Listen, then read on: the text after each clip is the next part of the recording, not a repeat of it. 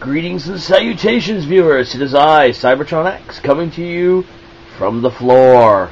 But this isn't a vlog from the floor. No, I twittered this a little while ago. Have a 3 days off, and I think I'm going to do a couple of videos each day. Probably not long ones, but I twittered this, and I gave some ideas out, and someone combined two of the ideas into one, and that would be Rimfire. So Rimfire, this one's for you. That's right, one of my newest DVD purchases not too long ago, like last week, I bought Watchmen 2-disc Director's Cut, as you can see here. Really nice cover. Motion, like, cover. Now, it's a really good movie, but the Director's Cut actually has 24 minutes of unseen footage, including the original Night Owl scene of him getting killed by the gang. Goes down fighting, great scene.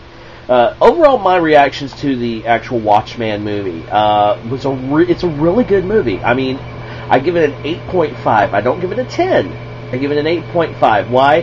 Kind of a slow start, but once it ramps up really good.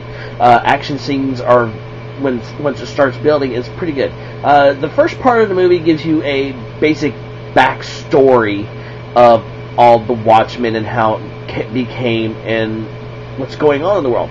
Now, you've got to understand, this is taking place in an alternative history timeline, where Richard Nixon is celebrating his 3rd year in office.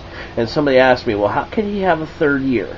Well, if you think about it, if he was to do it in legitimate ways, he would go on the same lines as Theodore Roosevelt, run as an independent. He would form his own party, and if he would be elected, he would have another 3rd term. And he could actually run again for a 4th term. That's all the legitimate legalization of that I'm going to be using there. Also, you have the golden age of the Minutemen mentioned in the beginning of the movie, which is the first, what leads up to become the Watchmen. If you see a shadow, it's me changing arms, because I'm actually holding the camera straight up. And laying on a beanbag.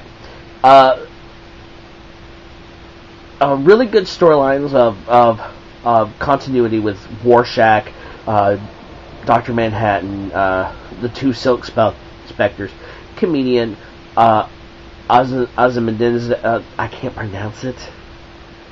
Ozymandias, I think it is. The two Night Owls, and other people that goes along with it. Like the scene of Rorschach in prison where he says, "You're not locked in. I'm not locked in here with you. You're locked in here with me." Kind of creepy. Special effects, really good. Special effects. I mean, the Dr. Manhattan effect is really nice. It almost looks like he is there, but you don't know he's computer generated. But you do see a little bit one of the ideas of in the special effects features of he's there, but he's wearing a blue suit that's with lights. Alright, the 2-disc edition does have some special features. Disc 1 doesn't. Disc 2 has The Phenomenon, the comic book that changed comics. It's a story about how this graphic novel changed comic books at its time.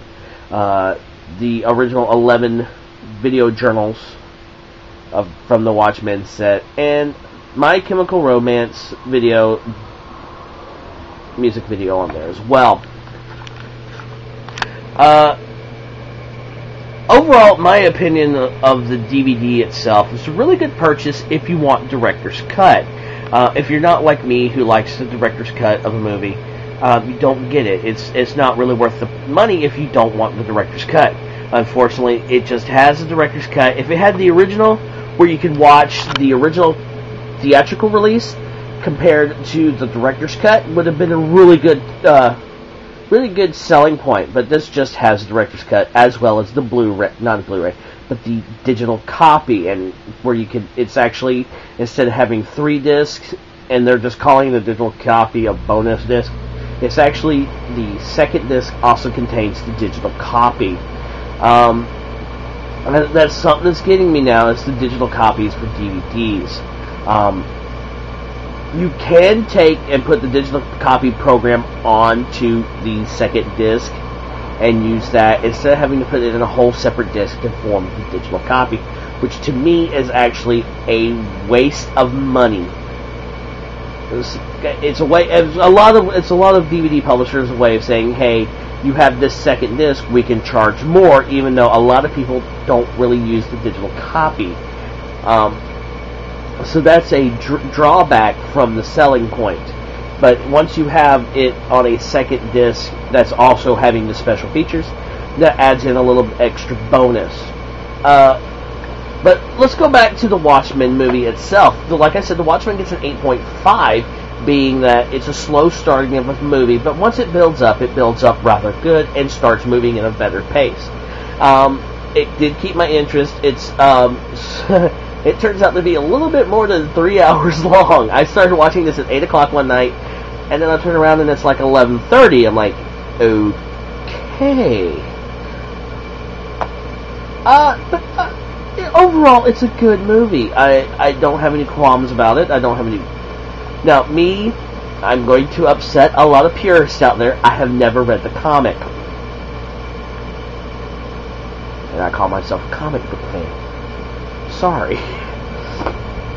But, no, I have never read the comic itself. But, I'm going to pick it up. What I'm planning on doing is actually watching Watchmen again and having the comic book right beside me, so I can sit there and follow along and see where they've left out. So I'm not going to give this a whole speech about, oh, they left this part out, they put this part in, but this wasn't in the book itself. That would be me giving an unjust review. So, overall views of the DVD movie itself. Very good. Very, very thought out. Very good production-wise.